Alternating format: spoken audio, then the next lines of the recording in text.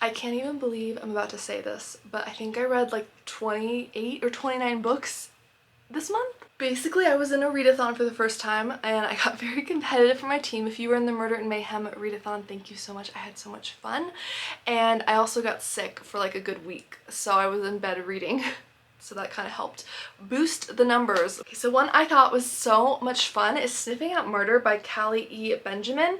This is the first one in the Bailey the Bloodhound mystery series, and our main character is a children's book author and like a retired teacher, but she is writing children's books about her dog Bailey the Bloodhound, and so she's retired, she's back in her hometown, and she's unfortunately being reunited with some people from her past, like high school, including the mean girl who she doesn't love, who also threatens the arts program at the school nearby where her friend works, and also is a program that her and Bailey go to, and they like will encourage reading by having kids read to Bailey, which is really amazing. I think that's such a great concept. And unfortunately that mean girl is found in the bushes one day and our sleuth gets involved. So I thought this was excellent. I really enjoyed Pris as a character. Bailey the Bloodhound was excellent. The sleuthing was fun. I thought the pacing for this was good. It was a really strong start to a cozy mystery series, so I'm really excited to see when the next book comes out for this. Then I read Double Shot Death by Emmeline Duncan. This is the second in the Ground Rules mystery series. You're gonna see a lot of green covers because that was part of the readathon, a prompt for the team I was on, the sleuths, and wow, it's fun. I didn't like this one as much as book one, but Sage was still a great character. So she, in this one, is at like a music festival in Portland, Oregon, and she takes her coffee truck, or like cart, out there, and I liked it. I kind of missed the general setting, like the kind of regular setting with the vendors. What I felt like lagged a little bit in this was that it just seemed like everything was coming to her at the coffee cart. Like she never really went out and explored and got clues. It just was like conversations at the coffee cart, and it got a little repetitive for me. But otherwise the vibes were there. The music festival was fun. I'm not a big music person, but I think if you are, you'd have a really good time with that. I think the cozy setting was great. I like Sage as a character. She also has an interesting background. Her mother is a criminal, like kind of a con artist, and taught her how to observe and read people from a young age. So even though she's no longer, you know, not a criminal or anything, she kind of uses that to her advantage with sleuthing, which I really like. And of course there's lots of cozy coffee references in this.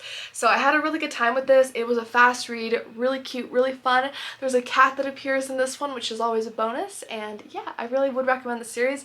I plan on reading book 3 and I can't wait to get my hands on it. Okay, so Maddie from This Bookish Cottage, who runs the Murder and Mayhem readathon I was in, this was a recommendation from her, and oh my goodness. So this is a young adult cozy mystery. It's called Pride and Premeditation by Tizar Price, and this is the first in the Jane Austen murder mystery series. It is based on Pride and Prejudice, so our main character is Lizzie Bennet.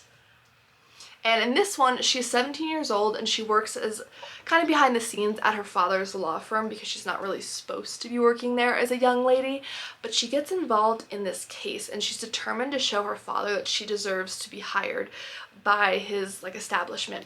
And she comes face to face with another lawyer guy, Darcy, and they don't hit it off, much like Pride and Prejudice. If you're familiar with the plot for that at all, they're butting heads, but they begrudgingly kind of work together on this case, and they're trying to clear some other characters from Pride and Prejudice's name. So if you're a fan of Pride and Prejudice, if you like a cozy time, if you like historical fiction, this was just so heartwarming. I read this in basically one sitting when I was sick. It was so nice and distracting and fuzzy and like deliciously warm-hearted and cheerful and charming, and I loved Lizzie's, and I loved the interpretation of the characters in this. I thought they did a really good job, so I would really recommend this. I already have book 2 on hold, which is based on Sense and Sensibility, I think, and I can't wait. Okay, so a couple that I had in my reading vlog at the beginning of the month, I'll link that above if you haven't watched it. I was pet sitting, so we have lots of cute nickel puppy moments. One was Till Death Do Us Part by Philippa Nefri Clark.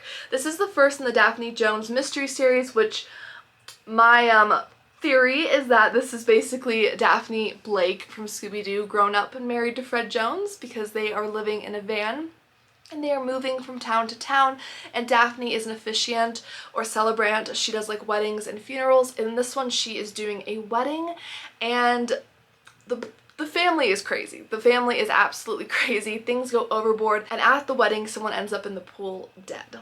So Daphne gets involved. I really liked her relationship with her husband. They're high school sweethearts, which again, another clue there, but they're high school sweethearts and they have been together for a very long time and they were just so heartwarming, and it's so nice to see couples who've been together for like decades, because I think Daphne is in her late 50s or maybe even like early 60s, I want to say, and they've been together a long time and they just love each other so much and it's so darling. And I loved Bluebell, which was what they named and like decorated their RV as, and that was really cool. So, or rather I think it's more like a caravan, it's more of a van that they have like made for living. But I really enjoyed this. It was great, it was cute, I think it was a really fun time. I like Daphne as a character. The next one involves like a funeral, so I'm kind of curious how that will go, but I did really enjoy this. One of the other ones I read was Getting Old is the Best Revenge by Rita Lakin. This is part of the Gladdy Gold mystery series. Again, it was a knockout. I really had a good time with cozies this month. I have some major DNFs in the thriller pile that were just oof. But cozies went pretty well this month. So this is part of the Gladdy Gold series. It's book 2 in the series. My only criticism of this is that we didn't get onto the cruise ship until kind of late in the book, but the ending was worth it. Basically, in this one, Gladdy and the gals are back with their detective agency and they're taking on cases where they're like following, you know, spouses and trying to see if they're cheating on people, or like kind of like smaller cases around the town. And at the end they end up winning a luxury cruise and they go on the cruise and it's so much fun to see them in that setting. And the ending, the conclusion, the less I say the better. But if you're looking for like a senior sleuth cozy mystery series, if you like Miss Marple but modern age, this is a really great one. A Shimmer of Red by Valerie Wilson Wesley. This is the third and latest release in the Odessa Jones mystery series, which I love. Our main character in this is Odessa. She is a kind of a psychic, not like a full-blown like she can predict everything, but she can kind of read people's glimmers, which is like an aura, and get kind of a read on them emotionally, which I think is really interesting. It's just enough supernatural to be interesting, but not too much that it takes over, which is my preference for it in cozies. And Odessa is extremely empathetic. She works as a realtor and she's been doing really well because a lot of people have been moving to their town recently. Unfortunately, one of her coworkers is really troubled and then they end up getting murdered in like a hit and run, and she's convinced it's murder, so she looks into the case. And I just love Odessa. She is so empathetic. Her ex-fiance actually returns in this too, which was really interesting to kind of see with the past. The ending will make you so mad. I was so mad, and not because it wasn't a good ending, it was a great ending, but just because of one of the characters and their decisions. And I was sitting there like, really? That's what you chose to do? Okay, but I love the series. I think it's really great. The books are usually around 200 pages, so they're pretty quick, to the point, and I just love Odessa. She's also got some kind of kooky family members who also have her psychic abilities and they're more advanced in their abilities, so it's interesting to see their perspective on things. And yeah, I would recommend this. Really fun time. A new to me cozy is Peril in Pink, a Hudson Valley B&B mystery by Sydney Lee, and this is like the most millennial cozy I think I've ever read. So I mean, this one involves two ladies who are best friends and they end up opening a B&B together, and they make this the most like millennial hangout possible. I mean, they paint the doors like millennial pink, they have like hashtag stuff everywhere, it's very social media, very millennial, definitely on the cheesy, very lighthearted side for a cozy, but if you're looking for that, I thought it was really fun. And our main character we're following is Jess. This has been her dream for a long time, and she's revamped this place. I think it was her grandmother's, but basically she's invited an old flame of hers, Lars, who is now a popular musician, to open their like weekend for the B&B, like the opening. And he arrives and things go awry and he's actually accused of being a murder suspect. So that's kind of the general premise. Again, very millennial, very much on the social media, like kind of over the top cheesy, but if you're looking for something fun, fast, very like girly and millennial, this is fun. A lot of pink, of course, and I'm looking forward to the next one. I'd say I'd give this like a 3.5. But it's definitely a strong one, and I look forward to reading the next book in the series, so I'm excited to see what happens next with Jess once the inn has really gotten off the ground. Next we have Gunpowder Green by Laura Childs. This is a tea shop mystery. It's book 2 in the series. I've read book 1 and 3. I kind of missed a step there.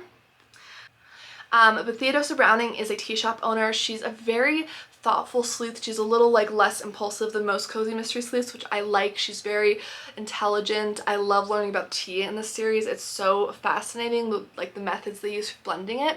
And in this one, there's like an annual yacht race, and at the race, someone fires a gun to like announce the race, and it like blows up and kills them. And Theodosia is convinced it's a murder. A lot of people think it's an accident, but she's determined to prove otherwise, and she gets into the case. I love her. I also really like her co-workers, employees I should say, at the tea shop. They both add a lot of color to it. I think they're really great secondary characters. I look forward to seeing their like growth throughout the series. This is one I would definitely read in order. I feel like it'd be a little confusing otherwise, but I've just really enjoyed this so far, and nothing is cozier than tea, right? Like that's just so, even in the summertime, tea is delightful. And then we have Murder at the Lakeside Library, a Lakeside Library mystery, book 1. This is by Holly Danvers. I hauled this in my library book haul / come book shopping with me video, which I'll link above. I think you guys really enjoyed that. I'm looking forward to doing another one soon. And I love this. Our main character is Rain, and she has recently lost her husband at a pretty young age, like they're in their late 30s, I want to say. And she has lost him tragically at a young age. She's coming back to her family's lakeside cabin because she had a lot of good memories there growing up. And they actually have a little library built and they opened during the summer. And her mother is nowhere to be found, her parents are nowhere to be found, and they've kind of left her with that project, which she's not thrilled about at first because she wanted to kind of be an introvert and hermit and recover. But she soon gets involved in the community, which I love. This community was so sweet. There's this character named Marjorie or Marge. I love her. She has stolen my heart. I really, really liked her. I also liked, I think it was Jess, I want to say, was her best friend, and they were just such a hoot together, and she's a teacher. She's got pink hair. She's really fun. But in this one, a body is found on the property shortly after Rain comes back.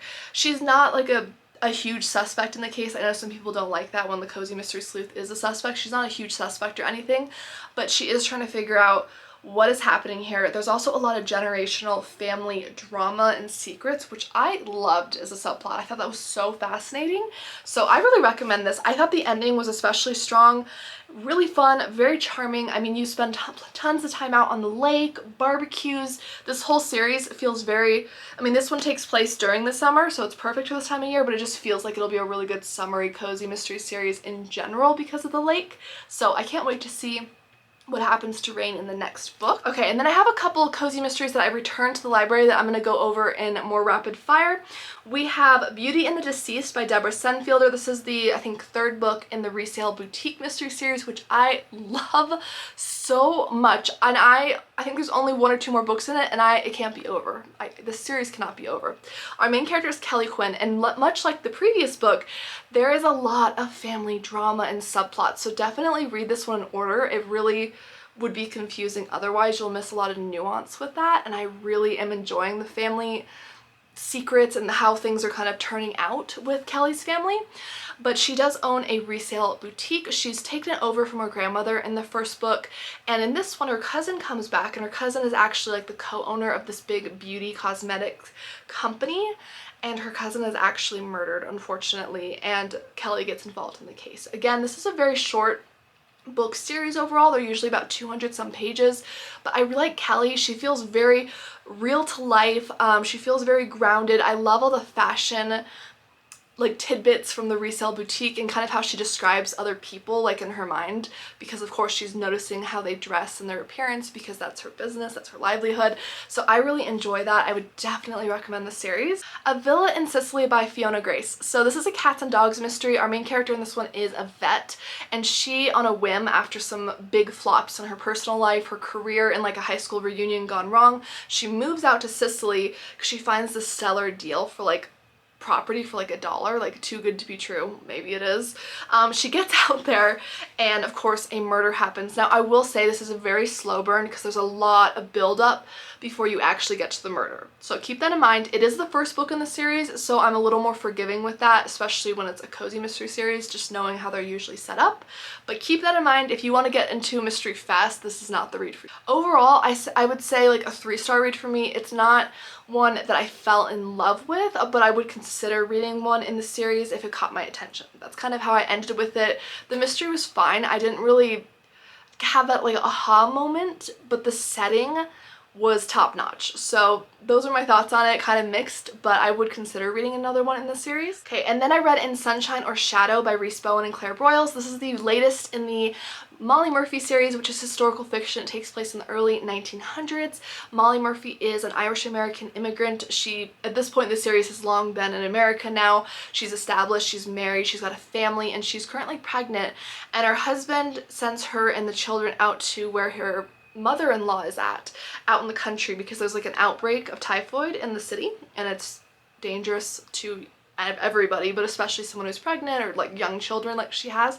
So she goes out there and she's not super excited, but things actually go well, better than she was expecting, and she actually sneaks away for a few days to see her friends Sid and Gus, who are a little more unconventional. They're very artistic, and they're in this artist community, and drama happens. The mystery for this, I was able to put it together by the end, but it just, my heart, like, oh, it really hit hard. I really loved the ending for this one. It was a very strong entry in this series, and this is like book 19 or 18 in the series, so I really love this series. Like, I've read that many books in it. Okay, so now I have like just general mystery and one cozy fiction that's not really a mystery, so I don't really have a place to put it, but the cozy fiction is Mrs. Quinn's Rise to Fame by Olivia Ford. This book made me cry. Again, this is in my vlog that I linked above. Check it out for my full thoughts. This book broke me in so many ways. It's the most cozy thing. Mrs. Ford is basically, I want to say she's like in her 70s or maybe 80s even, but she's, you know, she's retired. She and her husband don't have any children. They are living a happy life, and she loves to bake, but she's feeling kind of unfulfilled. Like, she looks back at her life and she's like, what did I really accomplish? You know, like, what ambitions did I follow? And she is kind of feeling a little just stuck in life. And then she realizes that her favorite bake show, which is like kind of like the British Bake Off, so if you like baking shows, you'll know where this is going, is looking for contestants. And she applies on a whim. She doesn't tell anybody, not even her husband, and she's only kept one other thing from them the entirety of their marriage. And you're gonna learn out what that other secret is too, which was quite, oh my goodness, very emotional, very emotional, but so incredibly heartwarming. And the way the recipes are described, they're all connected to her past in some way. Like, this was like her mother's, or this, like, it was so sentimental and beautiful and just everything I needed. And I would actually, I checked this out from my library, but I would want to buy this book possibly for myself, because it just gave me that much joy. I'm gonna get like emotional, but anyways, that book was excellent if you're looking for something cozy and charming. Next one, I have one that was kindly sent to me by a publisher. It is an ARC. It's gonna be coming out on July 16th. It's called Cabaret Macabre by Tom Mead, and this is a Joseph Spector locked room mystery. So this one isn't overly violent or anything like this, but it's not like a cozy mystery per se, because the main character is kind of, I don't know, like a private investigator, I would say. So Joseph Spector is a retired stage magician. So if you like Gigi Pandian's like Secret Staircase mystery series like I do, this is a great one. So he works alongside the like detective in town, and there's basically this, it's a very complicated mystery. I'm so impressed with how the author balanced all of the plot lines and how it wove together in the end. It feels like a golden age mystery, kind of Sherlock Holmes-esque, where you're probably not going to be able to put everything together, but you're going to be blown away. So if you like that, if that's okay with you, keep listening. So Joseph Spector is a really interesting character. He is an older man. He walks with a cane. So we have an older sleuth, retired stage magician, and it's a locked room mystery.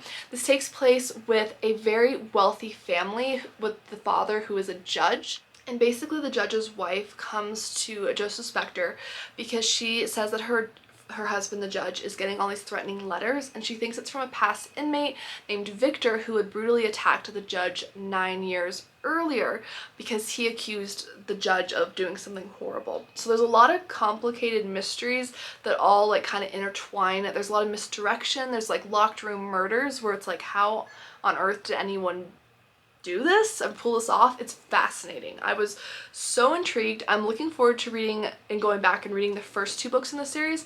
However, you can definitely read these out of order. I didn't have a hard time following this or anything. So definitely a strong like 4.5 stars for me. I was so intrigued. I could barely put it down. Very interesting, very easy to read. It's not very dense. There's not like a lot of words per pages, and you do also have a nice like map and family tree, which I so appreciate in mysteries. It's such a nice thing to have that, especially when you're trying to really picture the estate where all this is happening. So I appreciate that. Thank you to the publisher for sending this to me. I really enjoyed it, and I want to get my hands on the other books now. Okay, so on to thrillers. I finished this morning actually Not a Happy Family by Sherry Lipina, and wow, this was truly so good. I stayed up like an extra hour last night reading this because I could barely put it down, and I only put it down because I was honestly so tired I wasn't absorbing anything anymore. But the title of this is very apt. So this is Not a Happy Family. We have 3 children and 2 very wealthy parents. And basically we know from the start that these 2 parents are brutally murdered, and then these children stand to inherit like a very big amount of money, like a beautiful estate, etc. So the question is, did one of them get impatient and do their parents in? And this is like the utmost when it comes to like family drama, rich people drama, inheritance drama. It's very much like a blame game. So it's a lot of suspense and back and forth and like more mystery, I would say. There's a bit of a there's like a thriller element for sure, but there's definitely more mystery, I would say, to this, and like really whodunit. I wish the ending was a little bit stronger. I thought it was good, it made sense, but I just wanted a little something more from it. But otherwise, like a 4-star read for me. I very much enjoyed it. I flew through it. It was perfect. The Night Side by M.M. DeLuca. This is 20 Years of Secrets, One Deadly Truth. This was a ride.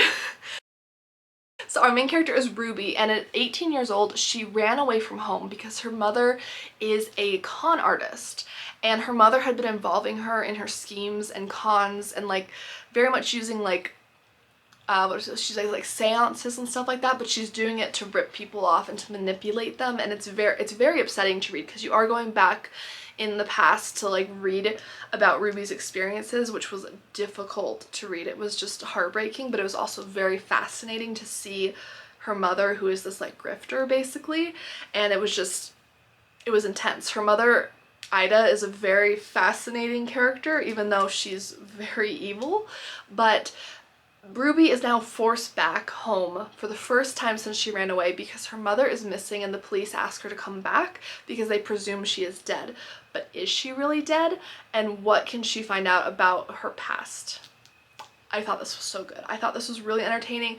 The ending was a little crazy, but I had a good time with it. It was high entertainment. If you're interested in like, I don't know, con artists, maybe that sounds kind of bad, I know, but like if you find it interesting, I feel like you might enjoy this. If you find, you know, the trope of someone returning home to settle past issues and like traumas and things like that is something you enjoy, like in the thriller, I think you'd enjoy this. It was definitely very interesting, and also to see the town's reaction to her, even though she, in my opinion, would have been a victim because her mother was forcing her into a lot of this. So very interesting. I would definitely recommend this though. I've never read anything by this author, but I was impressed.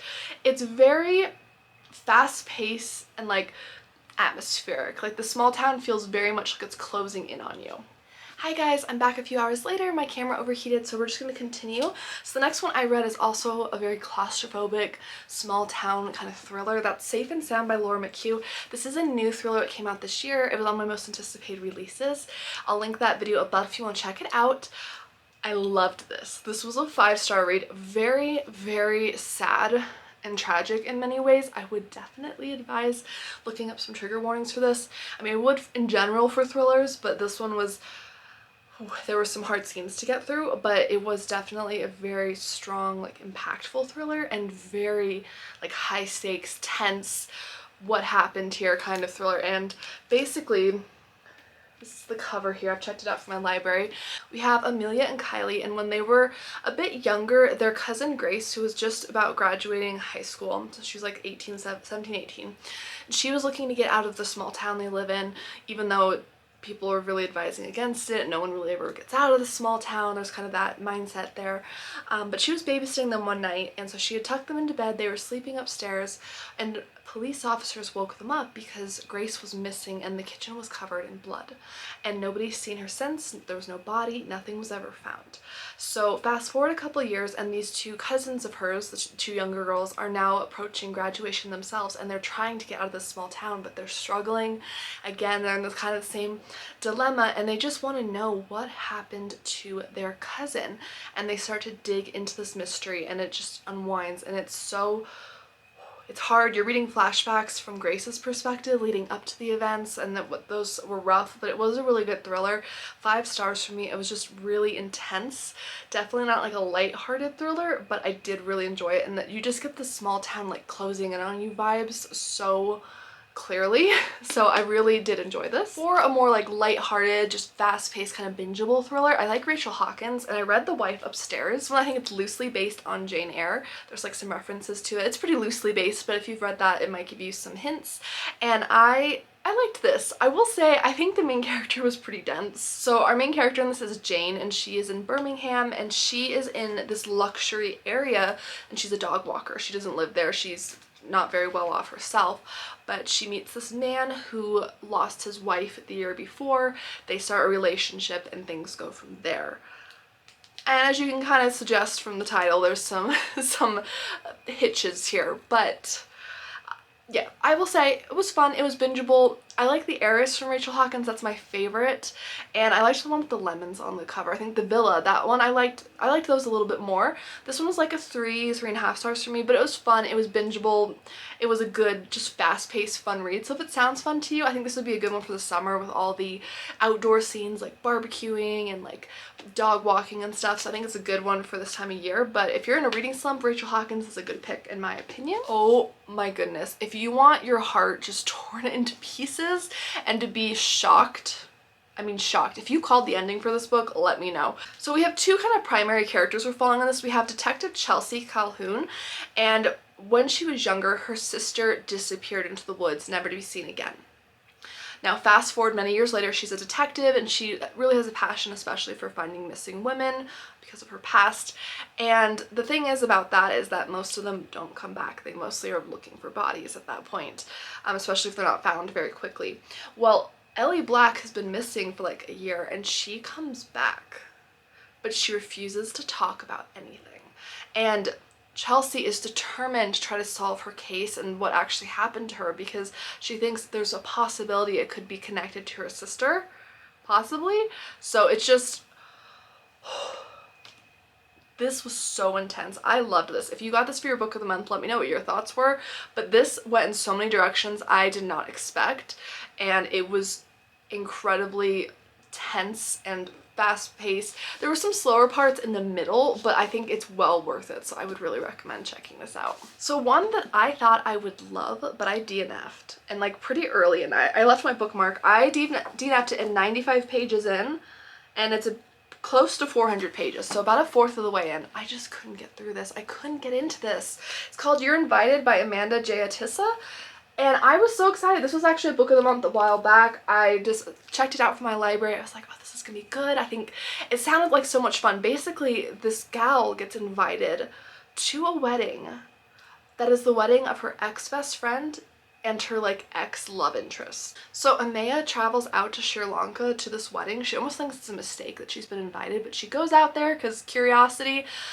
I could not connect to her character for the life of me, and I think she's supposed to be very like unhinged. I mean, of course this is a very upsetting event, but I don't know, she was something else. She just wasn't my taste in terms of reading. The basic plot summary that's in the synopsis is that she arrives at the wedding, some things happen, and the bride is actually turns up dead. And now you're trying to figure out, so she's actually a murder suspect for the bride, and you're trying to figure out, did she actually do it? Did she lose it? Did she kill her ex-best friend, or did someone else do it and set her up? We don't know.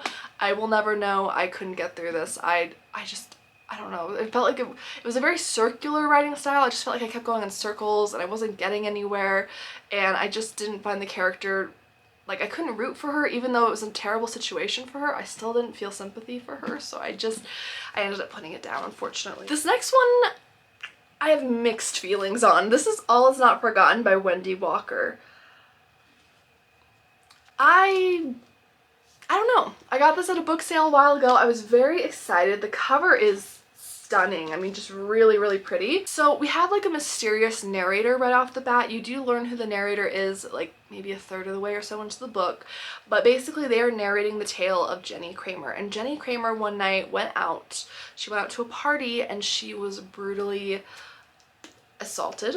And let me tell you that, again, this is one I would especially look up trigger warnings for because it was very graphic. So she was very, very much violated. So that was difficult to read on its own. But the reason I didn't care for this is that in this one, the narrator is telling us that shortly after she's taken to the hospital, her parents decide to give, or like they decide to opt for this special treatment, and it's like a drug that helps people who have gone through like severe trauma like Jenny has to forget the incident. Like it can wipe their memories, and it's supposed to help them recover better. Well, this book kind of explores the idea that the trauma is still held within the body, even if the mind can't remember it, which I found very fascinating. That was definitely a pro. I found that to be a very interesting topic. What I didn't like was the narrator for this, who I won't reveal, but they were so arrogant and unlikable, and I just wanted to smack them across the face so many times. So many times. I did finish this book. I gave it like 3 stars because there's definitely some redeemable parts. The mystery was interesting. I don't know if I loved how it concluded, but the exploration of Jenny and her family, because her mother wants to sweep everything under the rug while her father's like on this vengeance quest. So I found that to be very interesting, and you're also kind of exploring some other people who have gone through traumatic events who've also had this treatment and how they're reacting. So I found all of that to be very interesting, like a good character study, but the narrator just ruined it for me. I couldn't stand them. And then the ending was kind of so-so for me. I don't know. So it wasn't my favorite. I would consider reading something else by this author, but this one wasn't like a home run for me, unfortunately. I feel like I have a lot of thriller DNFs, I'm sorry. But the next one that I did finish it, but I didn't love it. All the Missing Girls by Megan Miranda. And I've actually had some really big hits from Megan Miranda, which we're going to talk about right after this. I have a big hit from her. What was this book? It's told backwards. So it is her debut, and the story is told backwards, and you're following Nicolette. It's been 10 years since she broke up with the man she loved, and 10 years since her best friend disappeared. They were quite young, and she's now being forced to return back to her home because of her father's like declining health. But another girl goes missing under similar circumstances, and Nick is having deja vu, and she decides to really figure out what happened and stuff to like her best friend and to this girl. And I don't know, I could not follow the story for the life of me with the backwards thing. Maybe I'm just not detail oriented enough, but I was so confused, and it just ruined some of the pacing for me. This is a story that like arguably like everything else about it, right up my alley for things that I love. Like some of the other thrillers I've talked about in this pile that I love sound like this kind of thing, you know, girl goes back to her hometown, uncovers secret past. Like I love that setup, but I couldn't stand this. The only reason I actually finished it, I was going to DNF it, but the only reason I finished it was because I was doing the Murder and Mayhem readathon and I wanted the points for my team. It's the only reason. So if you were on the sleuths with me, I loved you guys enough to finish this book. That's how much I wanted to get the points. But the one I loved by her, surprisingly, and I returned this to my library, but is Daughter of Mine. I've never had a 5-star from Megan Miranda, so I simultaneously had a DNF and a 5-star from her in the same month, when everything else I've read from her has been kind of in the middle, like 3.5 stars, which I find very interesting. But Daughter of Mine was fascinating. So basically, again, we have a girl coming back home, small town, and basically she is left the family home after her father passes away, and her father was like the sheriff or like main detective or whatever in the small town. He's well known. She's got some brothers in the area, and I don't know, the less I say the better, because I feel like I don't want to spoil anything accidentally, but basically there's a lake, and this is what makes it, I think, a perfect summer thriller. But there's this lake called Mirror Lake, which is the town's name as well, in like the middle of the town near where her home is. and I was so fascinated. So the levels, there's like a drought and the levels of the lake are dropping, and a car is found, and it's believed to be the main character's mother who like left like years ago when she was a child, and nobody knows what happened to her.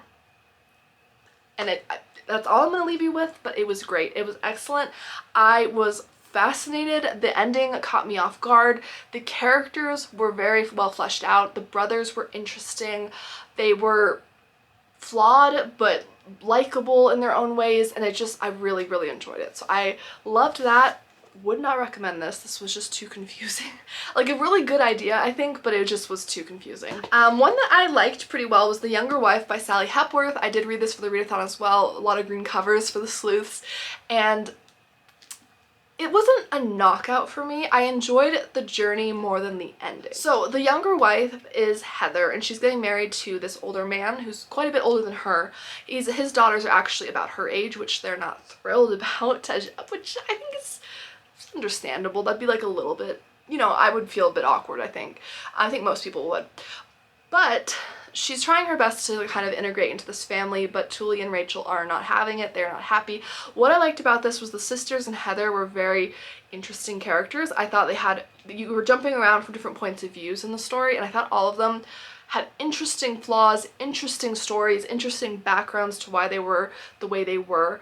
And then from the beginning, you know that somebody has died because you're reading like a future scene, but you don't know who. So you're reading to the events leading up to their wedding to the younger wife. So I really enjoyed this. Like I said, the ending, I felt like it was just a little rushed. I felt like it could have been a little more punchy. I was just like, okay, I guess. But overall, I really liked this book. I still would recommend it. I think it was fun. I had a good time with the characters, and I still liked the general conclusion for everything. So I had a good time with it. I think Sally Hepworth is just one of those writers for me who's, again, very bingeable. So if I'm in a reading slump, or if I'm doing a readathon and I really want to like be, you know, getting through those pages, this is a good author for me at least. Okay, another DNF. The Sleepwalkers by Scarlett Thomas. This was another one on my most anticipated, and I only got like 30 pages into this. I think that's like one of the fastest DNFs I've ever had. I'm almost like, I feel a little bit bad including it, but I'm gonna tell you why. Basically, Evelyn and Richard are on their honeymoon. They checked into this beautiful villa. Storm might be approaching, so that's not great, but there's something weird going on at the villa. There's a woman named Isabella is like the manager there, and she just disapproves of everything that the bride, Evelyn, wants. Like, she's just very like off-putting, and there's like a lot of weirdly attractive people. It's like very odd. The only reason I DNF'd this though was it was told in the form of letters. So this is the first, like this is like the first page here. The whole thing, at least from like the point that I got into it was like all told from letters, and I just couldn't, like with the past tense, like there was something about it that just killed the suspense for me, and I was so uninterested, and I felt like it was going over every little detail, and I just was not having it. So I'm just gonna leave it at that. But I just did not enjoy that book, unfortunately. One I loved was by Katie Yen, and this is You Know What You Did, and this is a very fascinating and deeply disturbing thriller, I'll say. So our main character is a Vietnamese first-generation artist, and her name's Annie, and she finds her mother dead, and unfortunately she suffers from OCD. Now, she's had it under control for many years with the help of medication and therapy, but having this very traumatic event happen to her, and her grief, which this book really goes into, triggers a bad like episode for her with the OCD, and her disorder is specifically like very contamination based. So she just starts to see like, I think like bugs. She's like terrified of like contaminating parts of the house. She has to like kind of like obsessively wash, clean, shower, like a lot of things sort of along that nature. So if that would be like upsetting for you to read, it really does do a deep dive into it. I found it personally pretty hard to read, but overall, I think it was handled very well. I think the author herself, if I remember from her bio, actually struggles with OCD, so you can tell it was very well researched and framed well, I think. The problem is that as her obsessions and fixations deepen, one of her patrons is actually found dead and Annie becomes a suspect in the murder.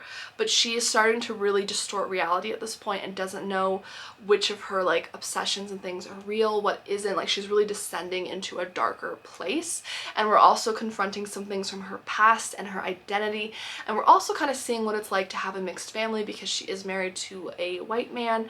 And so kind of the conflict with her husband sometimes and her daughter, who is, you know, the daughter of the two of them and who's a teenager, kind of pushing her own boundaries, was very interesting. But I did find this to be very gripping.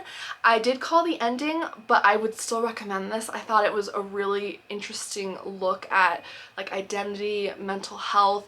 It really explores the immigrant just experience because her mother unfortunately struggled with a lot of trauma as well because she was fleeing from a war. So of course that's not gonna just like leave with you as you leave the country, that stays with you.